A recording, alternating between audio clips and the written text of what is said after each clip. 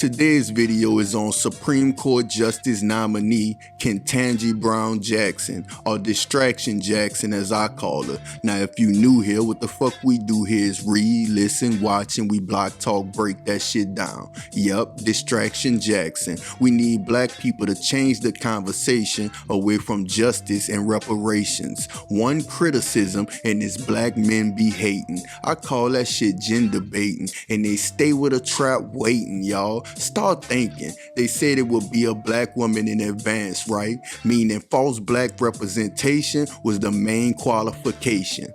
Or maybe you think I'm what mainstream media call misinformation. Now let's break down the speech after the blessing of a nomination. Among my many blessings, and indeed the very first, is the fact that I was born in this great country. The United States of America is the greatest beacon of hope and democracy the world has ever known. I was also blessed from my early days to have had a supportive and loving family. I sure is blessed. Eyes sure is blessed. Y'all heard that. She blessed with a loving and supportive husband and family. You hear that, people? A loving husband and family. That's a blessing, ain't it?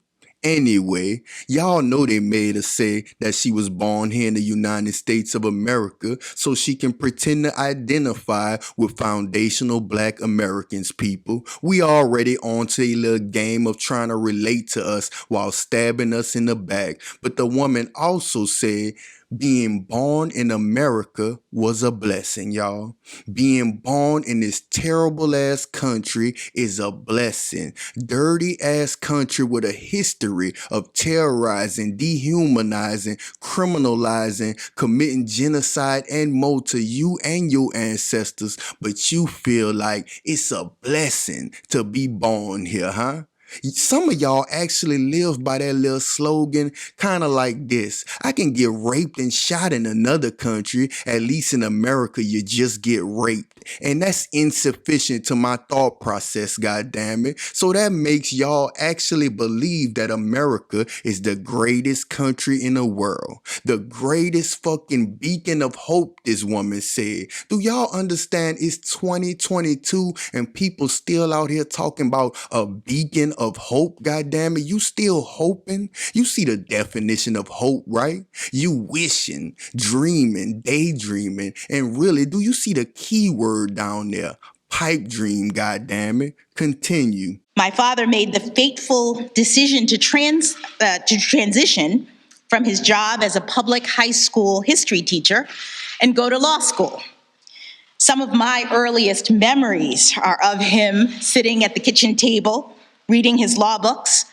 I watched him study, and he became my first professional role model.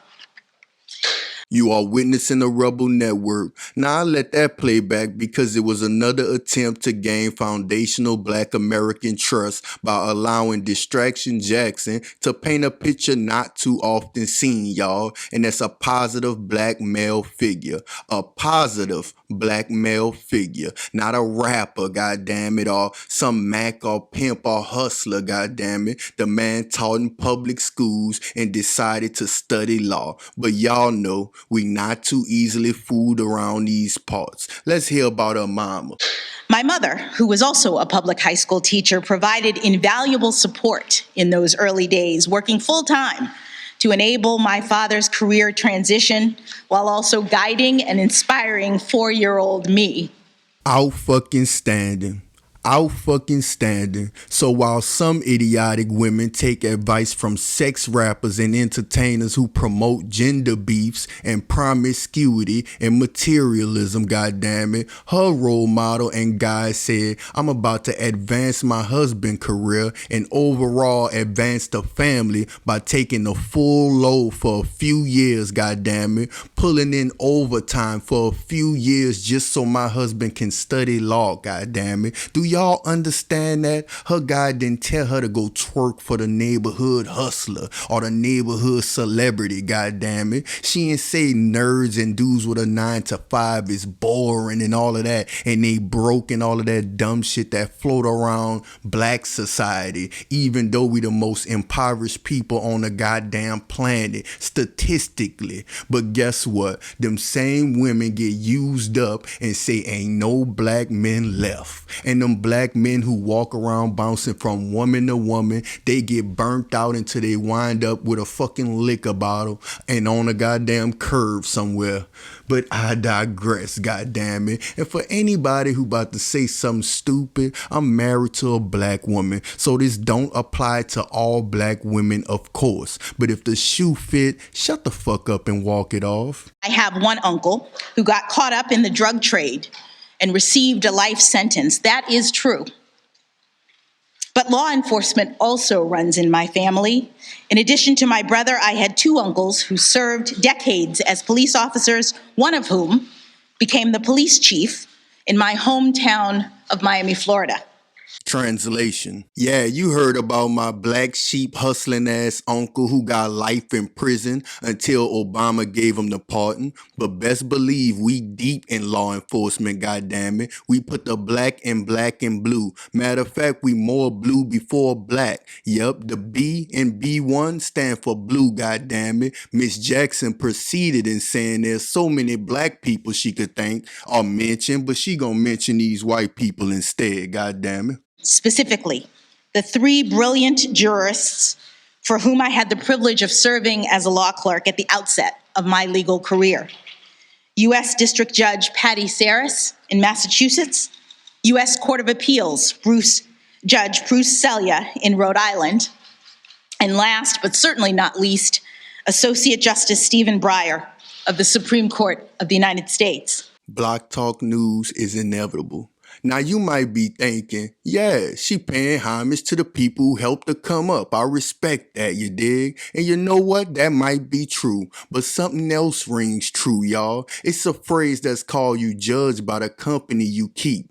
Understand that when red shoot blue or when blue come to shoot red, they don't ask who affiliated. Shit, they don't even ask for men, women, and children to leave. They don't even say, all ugly motherfuckers must leave now. Nah, none of that, goddammit. They begin to shoot everybody. And this ain't all black gang members. But if the shoe fit, once again, shut the fuck up and walk it off. Now let's examine her gang members. I mean colleagues, y'all. Justice Patty Saris. She was appointed by Obama. I could stop right there for some of y'all, but guess what her job was? She was the chairperson of the Sentencing Commission, goddammit. I will repeat. She was the chairperson of the Sentencing Commission, goddammit. And guess who else she laid up there and shouted out, y'all? The Ronald Tough on Blacks Reagan appointee, Justice Bruce Scalia. Some of y'all might know him. He the motherfucker who said black people must think voting is a racial entitlement. Oh, because you black, you just get to vote, huh, goddammit? You see how he look at your black ass? And for all of you college first blacks,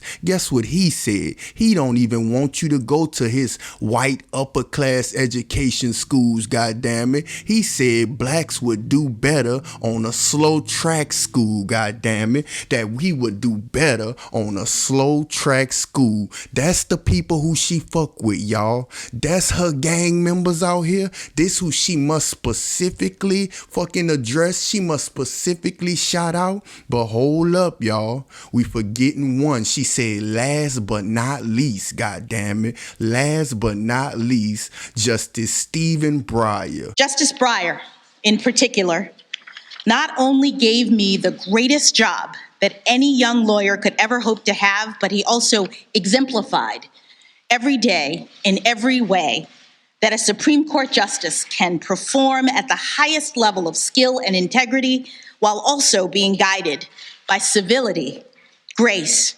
pragmatism, and generosity of spirit.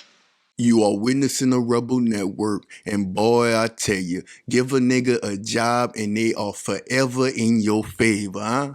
forever in your favor. See, shit don't change on the planet Earth. Even way back in the G, Malcolm warned us of this type of Negro. They the type who will uphold the law from threats. You heard what she said. She will not only protect the law from threats, but he never wanted his master's property threatened. And he was more defensive of it than the master was. That was the house Negro. Yep, the house Negro. So CVS will be protected, people. You understand that this woman just not gave a shout out to Justice Stephen Breyer? You have to be a house nigga to give a shout out to Justice Stephen Breyer. Then she had the cheeks to say that this man showed her how to work 24/7 with skill and integrity and being guided with civility, grace, generosity, pragmatism, and goddamn spirit. Ain't that a bitch? Somebody doing something slick downtown. Johnny Guitar Watson side of the game. It got me wondering which is which, because in this paragraph by Christian Farias from Slate.com, the writer was curious of what Justice Breyer might think about the uprisings after the murders of Mike Brown and Eric Gardner. And on cue, guess what he did? Oh, that's your job to write on how social movements influence judges, if they do at all. Talking about maybe they do. He already letting you know, look, that shit don't move me. That's what he really trying to say, goddamn it. How they move people if they do at all. He said if they move people at all. In other words, shit, they don't move me. Talking about maybe they do, shit. Basically saying, shit, sure as hell don't move me, but maybe it move other judges. How civil and graceful that sound, by the way. So civil and graceful this man was. The reporter was like, it's clear we will never know what Justice Breyer thinks about Ferguson, goddammit. Or it's clear Breyer will never get to talk about Ferguson. No, what's clear, goddammit, is that he don't want to talk about Ferguson because he don't give a damn about Ferguson, goddammit. He will never talk about Ferguson. That's why he said, it's your job. That ain't none of my business. You heard him? That's your job to write about shit like that. That's her partner right there, y'all. Let's continue. Wow. Do you see that on the screen, people? This white supremacist Democrat, WSD, voted to expand police power, allowing cops to collect the DNA of anyone arrested for anything, y'all. Do you hear that? These people even want your deoxyribonucleic acid out here, goddammit. Wow, he got so much fucking integrity right now, y'all. He's so generous with taking your goddamn DNA and doing God knows what with it. He's showing so much skill and spirit, right? Justice Breyer, the members of the Senate will decide if I fill your seat, but please know that I could never fill your shoes. You are witnessing a rebel network.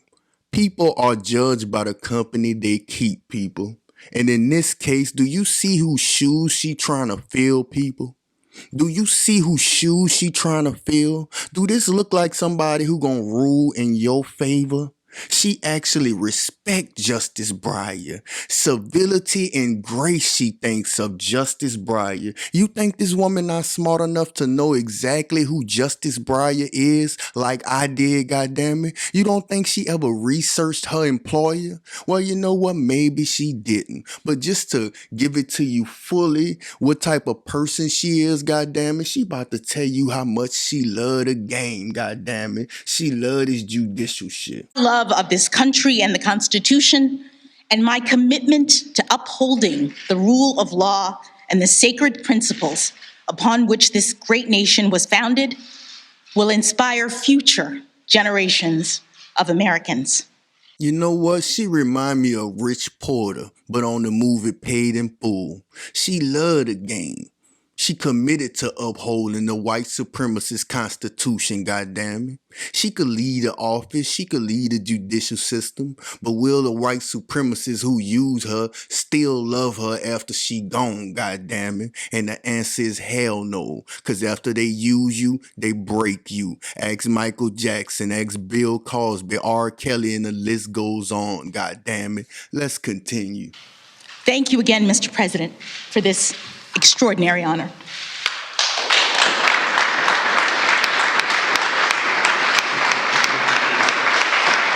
This woman bowed down more than a pupil at karate practice. It made me cringe while watching, y'all. Look how hard she bowed down. Does it look like she gonna fight for black justice, goddammit? And just in case you wondering how the Slate.com article ended, it ended with the writer said the next justice should be someone far different than Stephen Breyer. Unfortunately, Distraction Jackson is trying to fill the shoes of Stephen Breyer.